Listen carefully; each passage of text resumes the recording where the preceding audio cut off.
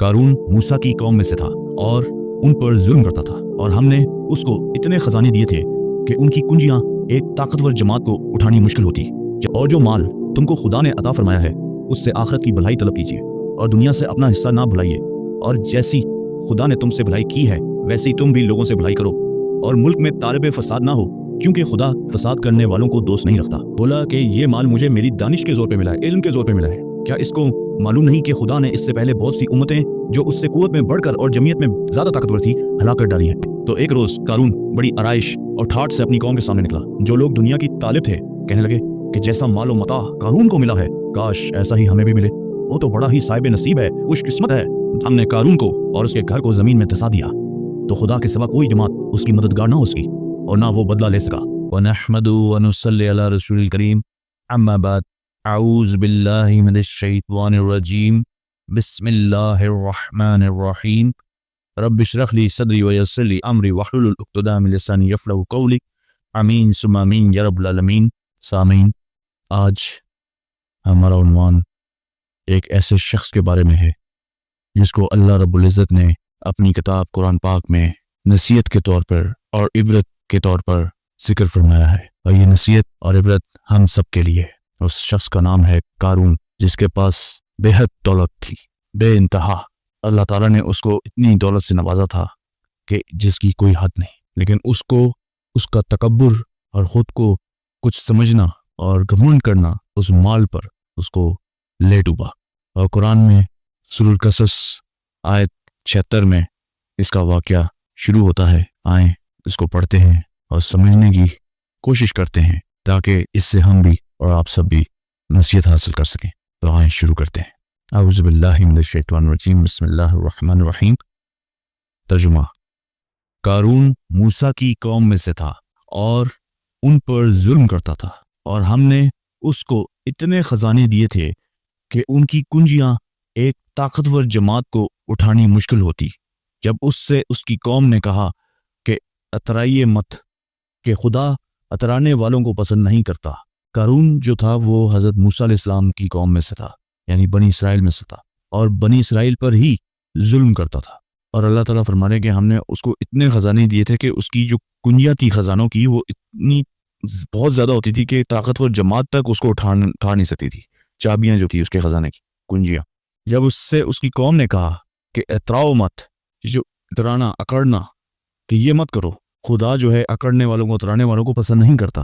اور اسی طرح اسی سورۃ کی 77 آیت دوسری اس کی اگلی آیت میں اللہ تعالیٰ فرماتے ہیں، اور جو مال تم کو خدا نے عطا فرمایا ہے اس سے آخرت کی بھلائی طلب کیجیے اور دنیا سے اپنا حصہ نہ بھلائیے، اور جیسی خدا نے تم سے بھلائی کی ہے ویسے ہی تم بھی لوگوں سے بھلائی کرو، اور ملک میں طالب فساد نہ ہو، کیونکہ خدا فساد کرنے والوں کو دوست نہیں رکھتا۔ جو مال لوگوں نے وہاں اس سے کہا کہ جو مال تم کو خدا نے عطا کیا ہے اس سے آخرت کی بھلائی طلب کیجیے، اس سے اپنے آخرت کی جو لائف آفٹر ڈیتھ ہے، مرنے کے بعد کی زندگی کے لیے کچھ ایسے بھلے کام کرو کہ تمہارے لیے وہاں خیر کا معاملہ ہو اور تم وہاں بخشے جاؤ۔ دنیا سے اپنا حصہ نہ بھولیں، یعنی دنیا میں جو آپ کو جو مال و دولت ملی ہوئی ہے اس میں اپنا حصہ ڈالیں، یعنی احسان کریں۔ جو خدا نے تم پر احسان کیا ہے وہ آپ اس کی مخلوق کے ساتھ احسان کریں، کہ جیسے آگے فرمایا کہ جیسی خدا نے تم سے بھلائی یا احسان کیا ہے ویسی تم بھی لوگوں سے احسان کرو، بھلائی کرو، اس کی مخلوق کے ساتھ ویسی پیش آؤ جیسے اللہ تعالیٰ نے تمہیں اتنا دیا ہے تو تم نے آگے لوگوں کو دینا ہے، کیونکہ یہ سارا مال ہے یہ خدا کا ہے، یہ تمہارا نہیں ہے۔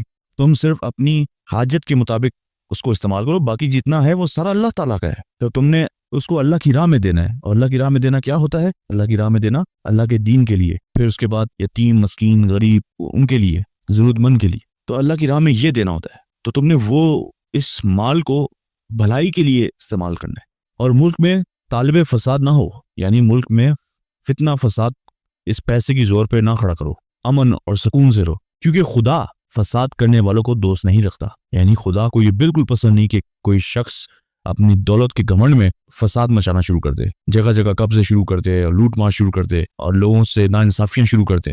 یہ فتنہ فساد ہی ہے، تو اللہ تعالیٰ ایسے شخص کو، ایسے گروہ کو دوست نہیں رکھتا۔ اسی سورہ کی آیت 78 میں بولا کہ یہ مال مجھے میری دانش کے زور پہ ملا ہے، علم کے زور پہ ملا ہے۔ کیا اس کو معلوم نہیں کہ خدا نے اس سے پہلے بہت سی امتیں جو اس سے قوت میں بڑھ کر اور جمعیت میں زیادہ طاقتور تھی ہلاک کر ڈالی ہیں، اور گناہگاروں سے ان کے گناہوں کے بارے میں پوچھا نہیں جائے گا۔ اس کا جو مطلب ہے کہ اس نے یہ بولا کہ یہ جتنی دولت مال و دولت ہے نا، جب اس کو وہ لوگ وہاں پہ تنبیہ کر رہے تھے، اس کو نصیحت دلا رہے تھے، اس کو یاد دلا رہے تھے کہ تمہارے پاس جو کچھ ہے یہ اللہ تعالیٰ نے تمہیں دیا ہوا ہے، اور جو اب اس پیسے دولت کا تم نے عیاشیاں نہیں کرنی، تم نے بیسیکلی اس کو لے جا کے اپنے آس پاس کے لوگوں کے ساتھ بھلائی کرنی ہے، تاکہ تمہارا آخرت میں بھلا ہو سکے، تمہیں بخشا جا سکے، تم اللہ کو راضی کر سکو۔ لیکن اس نے کیا کہا، کیونکہ وہ بنی اسرائیل میں سے تھا، اس کو سب پتا تھا، اس نے یہ کہا یہ سب کچھ مجھے میری اپنی محنت اپنے علم سے ملا ہے۔ پھر اللہ تعالیٰ نے آگے فرمایا اس کو معلوم نہیں کہ خدا نے اس سے پہلے بہت سی امتیں جو اس سے کہیں زیادہ طاقتور اور قوت میں بڑھ کر تھی ہلاک کر ڈالی ہیں، اسی وجہ سے اس کو معلوم نہیں۔ خدا نے کہا کہ کیا اس کو معلوم نہیں کہ اس سے پہلے بہت سی امتیں انہی حرکتوں کی وجہ سے جو اس سے طاقت میں کہیں زیادہ تھی تو تباہ و برباد کی جا چکی ہیں۔ ان گناہ گاروں سے ان کے گناہوں کے بارے میں پوچھا نہیں جائے گا، پوچھ نہیں ہوگی، بالکل ان کو صفحہ ہستی سے مٹا دیا جائے گا۔ تو اس کو یہ پتہ نہیں ہے، تو یہ آج یہ کہہ رہا ہے کہ مجھے یہ علم پہ ملا ہے۔ اس کو کہاں سے علم پہ مل گیا؟ رزق، مال، دولت، یہ اللہ تعالیٰ جس کو چاہے زیادہ دے دے، جس کا چاہے گھٹا دے، یہ تو اللہ کے ہاتھ میں، انسان کے ہاتھ میں صرف کوشش کرنا ہے۔ تو وہ یہ سب کریڈٹ خود لے رہا ہے کہ یہ تو سب کچھ میرا، تو اس کے پاس کیسے آ گیا؟ اللہ نے انسان کو دیا ہوتا ہے، اپنی مخلوق کو جو کچھ دیا ہوتا ہے اللہ تعالیٰ نے دیا ہوتا ہے، اور وہ اس کے لیے آزمائش ہوتا ہے، مال و دولت، اولاد، اس تمام چیز قرآن میں بھی ذکر ہے، اس کا آزمائشیں، امتحان ہوتا ہے، فتنہ ہے، اس کا مفہوم ہے، اللہ تعالیٰ نے تو اس کلیئر کٹ بتایا ہوا ہے قرآن میں۔ تو یہ کہہ رہا ہے کہ مجھے میری دانش کے زور سے ملا ہے، یعنی علم کے زور سے، میری اپنی سمجھ بوجھ سے یہ مجھے ملا ہے، اس میں کوئی خدا نے کچھ نہیں کیا، اس میں خدا کا کوئی لینا دینا نہیں۔ تو اس کے جواب میں خدا نے کہا کہ تو یہ بھول گیا ہے کہ اس سے پہلے جتنی امتیں تھیں انہی حرکتوں کی وجہ سے وہ اس سے کہیں زیادہ طاقتور تھی، ہم نے ہلاک کر ڈالی، تو ہم یہی معاملہ اس کے ساتھ بھی کر سکتے ہیں۔ تو ایک روز قارون بڑی آرائش اور ٹھاٹھ سے اپنی قوم کے سامنے نکلا۔ جو لوگ دنیا کی طالب تھے کہنے لگے کہ جیسا مال و متاع قارون کو ملا ہے کاش ایسا ہی ہمیں بھی ملے، وہ تو بڑا ہی صاحب نصیب ہے، خوش قسمت ہے۔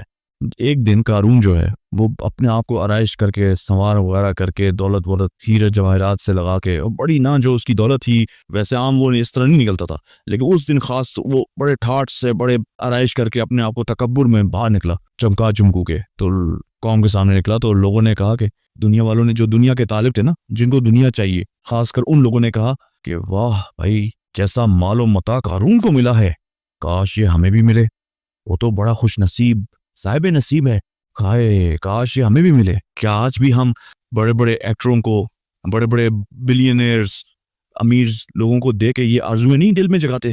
کیا ہم یہ خواہش ظاہر نہیں کرتے کہ کاش میں بھی فلم سٹار ہوتا یا ہوتی، یا کاش میں بہت بڑا بلینئر ہوتا، کاش میں بھی اسٹیو جاب ہوتا، بل گیٹس ہوتا، مارک زکربرگ ہوتا، ایلن ماسک ہوتا؟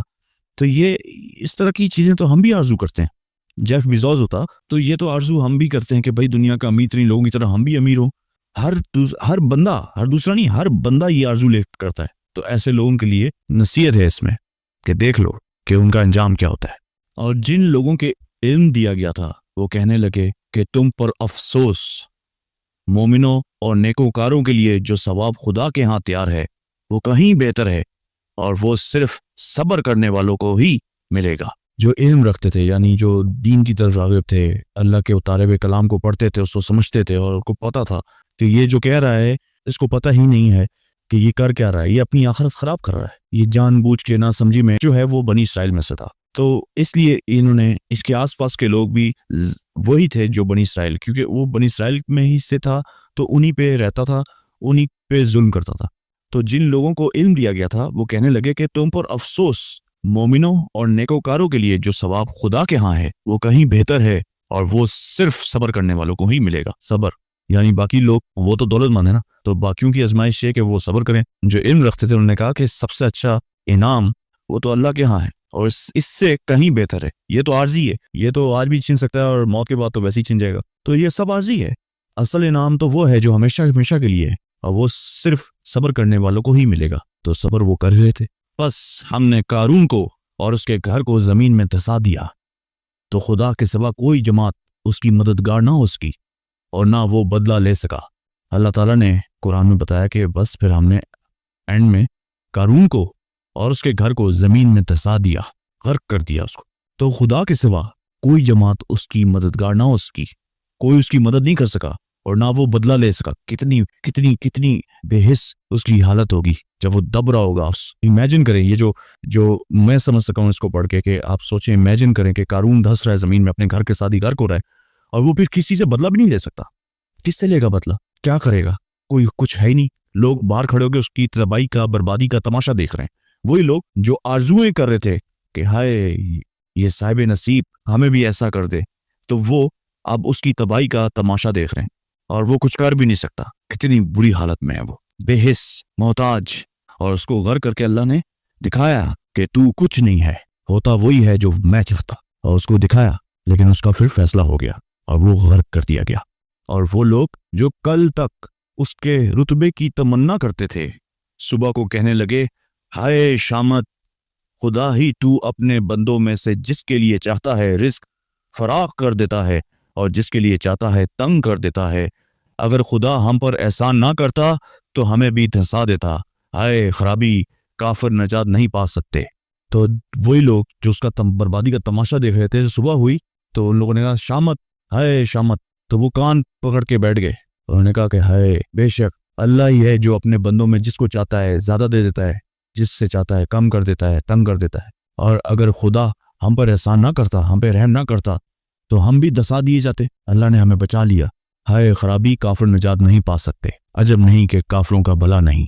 تو اس پورے قصے سے ہم نے کیا سیکھا، کیا نصیحت پکڑی؟ سوال تو یہ ہے، اور یہی اہم سوال ہے، اور اللہ تعالیٰ نے یہ تمام واقعات ہمارے ساتھ اسی لیے شیئر کیے ہیں، قرآن میں اتارے ہیں، تاکہ ہم اس سے آنے والی نسلیں، اور جو اس وقت تھی اور آنے والی نسلیں، وہ نصیحت پکڑیں اور وہ عمل نہ کریں جو قارون یا ان جیسے کرتے تھے، فرعون کرتا تھا، نمرود کرتا تھا۔ ایسے اعمال نہ کریں، اس سے بچیں اگر ہمیں آخرت چاہیے۔ تو اس سے یہ نصیحت ہے کہ جب کبھی دنیا میں کسی کے پاس مال و متاع آ جائے، دولت کے انبار لگ جائیں، تو اس کو تکبر اور بڑائی، گھمنڈ کرنا اور دوسروں کو حقیر سمجھنے لگ جانا، اس کیفیت سے بہت بچنا چاہیے۔ جو اس میں مبتلا ہو جائے تو سمجھو کہ وہ بس اپنا کھانا خراب کر چکا، اس نے دنیا میں رہ کر اپنی آخرت برباد کر ڈالی۔ تو دعا مانگنی چاہیے اللہ سے کہ ہمیں اس سے بچا۔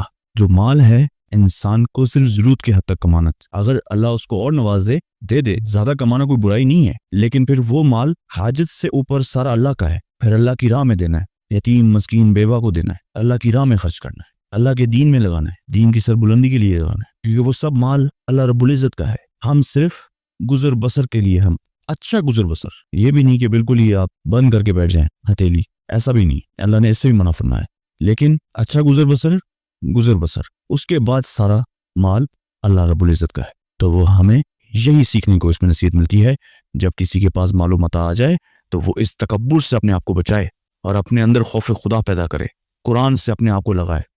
ہم مسلمان ہیں تو ہمیں قرآن کی طرف جانا ہے، اگر وہ کہیں دور نکل جاتا ہے، ہو جاتا ہے انسان سے، اس کو سمجھ نہیں آتی، تو پھر اپنے آپ کو واپس لانے کی کوشش کرے اور قرآن سے اپنے آپ کو جوڑے، روحانیت کی طرف آئے۔ قرآن، روحانیت، یہ اس کو عاجزی اس میں پیدا کرے گی، تکبر سے نکلے، کیونکہ یہ اللہ کی چادر ہے، ہم اس کے بندے ہیں، مخلوق ہیں، اور یہ سب مال، اسباب، یہ سب اس کا دیا ہوا ہے۔